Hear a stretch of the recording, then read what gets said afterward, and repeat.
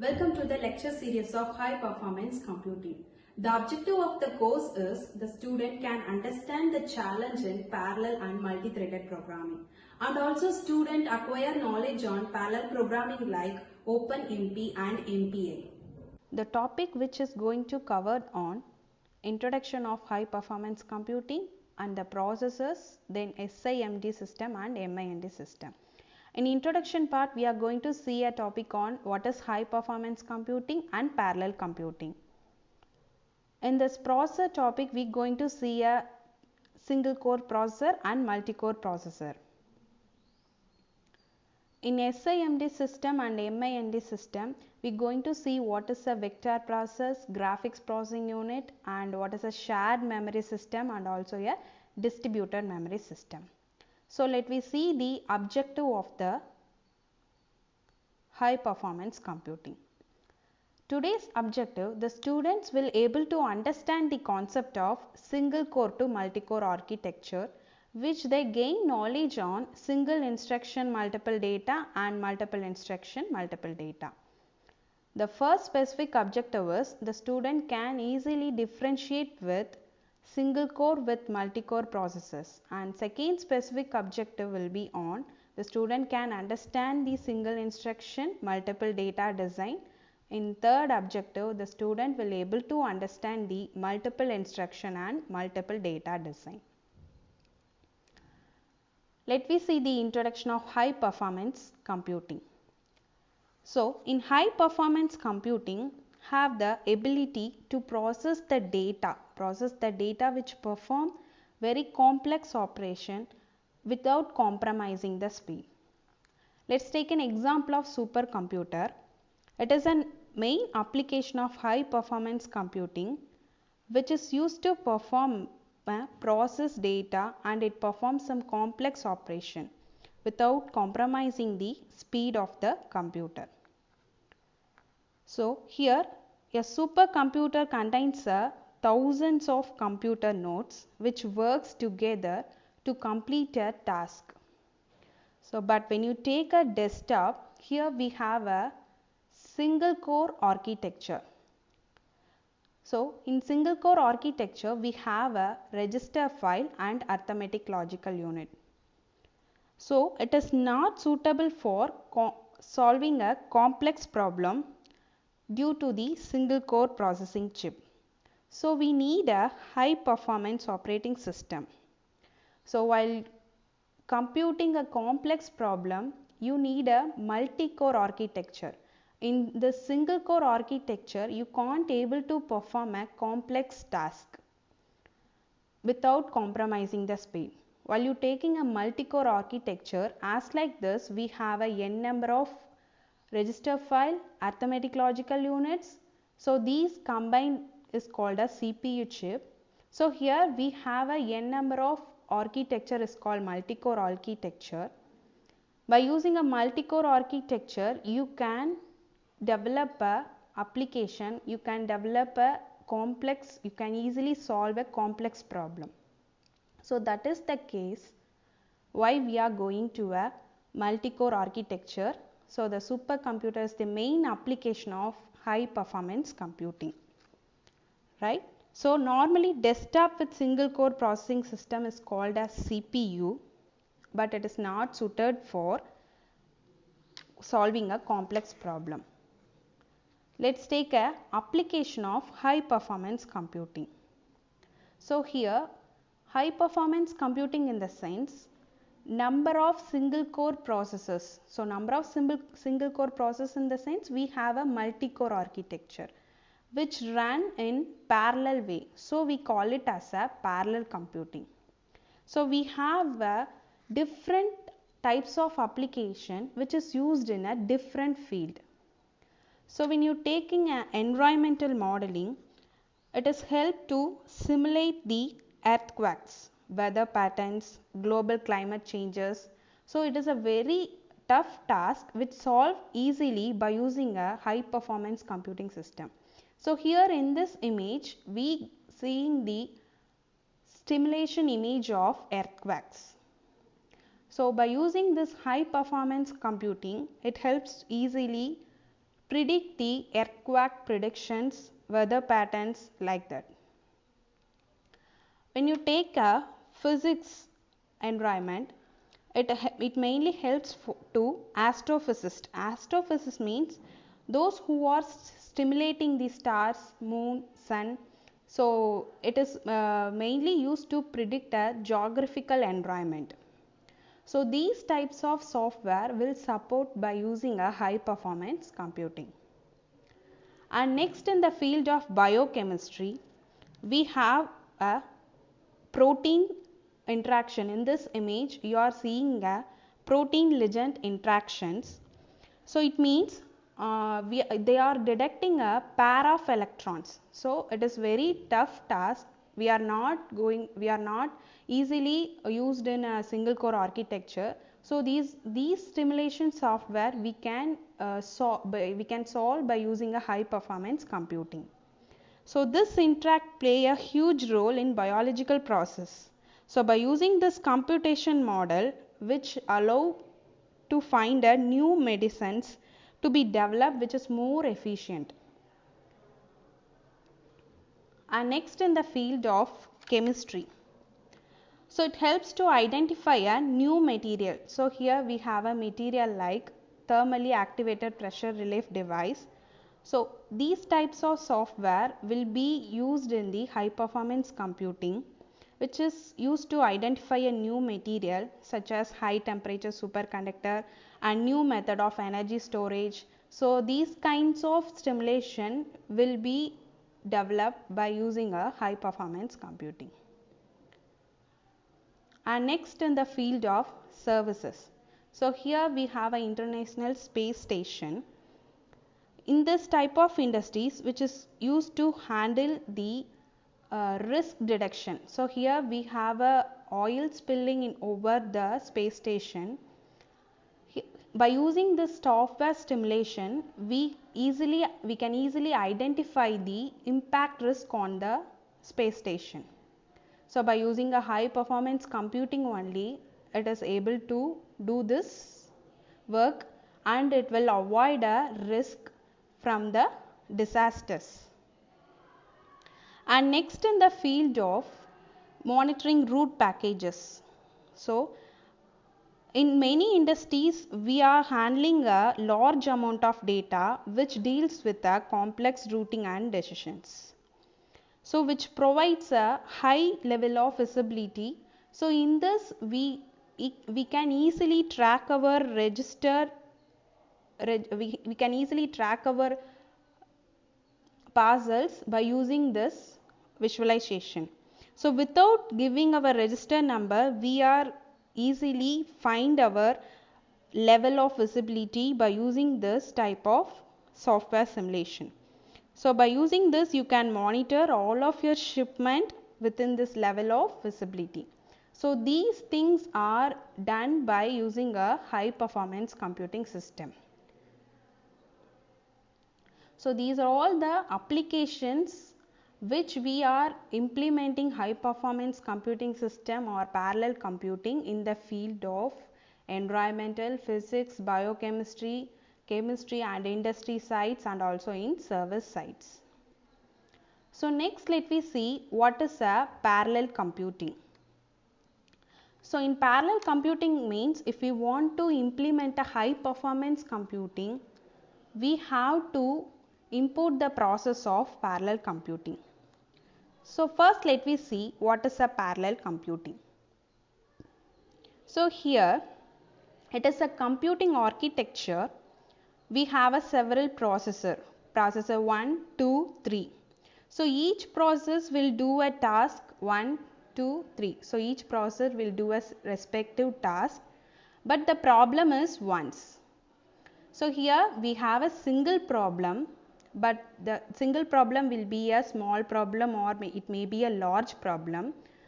It is not consider the problem size. Whatever the problem will be, it will divided into number of subtasks, but most probably we are going to consider a large problem. So here we are dividing a large problem into number of smaller tasks. So that will be represented as task 1, task 2, task 3. So these tasks are handled by the different types of processor which will run simultaneously. So here task 1 is handled by the processor 1 and task 2 is handled by the processor 2. Likewise, task 3 is handled by the processor 3. So here several processors which run simultaneously and it will execute the multiple tasks. These type of process is called a parallel computing. So here smaller calculation, whatever the problem, it may be a smaller calculation or bigger calculation, it is broken down from a larger problem and it will be a complex problem. It may be anything. So the complex problem will divided into number of smaller tasks. That particular task are handled by the different types of processor at the same time is called the parallel computing. So why parallel computing is important? So now we understand what is a parallel computing. So next, why parallel computing is important? So here we have a notable application for parallel processing which includes a galaxy formation, planetary movements, climate changes, agriculture estimation and weather forecasting, jet construction, automate assembly. So these are all the very real time and dynamic environment which is not going to handle in a single core architecture. So in this situation we are in need of high performance system. So these high performance computing is handled by the parallel processing. So parallel computing is why it is so important, means we have a real world data which is more dynamic simulation and modeling which is not going to handle by a single core architecture. So we are in need of a multi-core architecture. Another example is access grid. So access grid in the sense it is a collection of resources and technologies which is going to enable a large format of audio, video and it is mainly based on collaboration between the audio and video between group of people from a different location. So it may includes a multimedia, large format displays, presentations, interactive environment. So all the things have to be run simultaneously. So it is a very complex task. So we are in need of a parallel computing system which is going to satisfy all our real-time simulation. So which is going to satisfy all our dynamic environment, dynamic simulation. All things are handled by the parallel computing. So it provides a very concurrency systems and it will be a very dynamic one and it saves our time and money. So management can be organized only using a parallel computing. So these are all the applications which are using by implementing a parallel computing. So another example, web search engine, so which process the millions of data transaction per second, so which is also handled by the parallel computing. And next thing is, how do we write up parallel programs? Now you understand why parallel computing is important. Next thing, how do we write a parallel program? So how we are going to implement a parallel processing in our environment? So we have two types of parallel processing. So first one is the task parallelism and second one is the data parallelism. So in task parallelism, you have a task on 15 question with 300 exams. So you have to conduct a 300 exams. Each exams have a 15 questions. So here what it will do means we have to provide a core. So here we are in this real environment. Here we are providing a processor with grading assistance. These processes or act as a processor, that is called a core or processor. So each one act as a process. So now in this example, processor is act as a professor. So here professors are the core. So here each professor handles the task. So what is their task means they have to prepare a questions for the exams. So this is the task. So you have to assign task for the processor. That is called the task parallelisms. Next one is the data parallelisms. Here in previous slide we are allocating the task for each process. So we are allocating the exams for, we are just giving the task for the professors, right? In data parallelism, what we are mentioning here means you are allocating the number of exams for the task. So when you take a task 1, here we are allocating the 100 exams for the task 1. If you take task 2, again we are quantifying the number of exams for task 2. So what is the important in this data parallelism means you are going to partition the data which is used in solving the problem among the cores. Here task 1, task 2, task 3 or 3 cores or 3 processes. So each course or processor carries a similar operation on its part of the data. So what is their operations doing here? Each core they have to conduct 100 exams. So here each course carries out 100 exams operation on the part of the data. So this is the data parallelisms. So by using a task parallelism and data parallelism, we have going to implement parallel programs. And next one is the types of parallel systems. So what are all the types we going to implement our systems? So first one is our shared memory and next one is our distributed memory. So in shared memory, we have a single memory with n number of processors.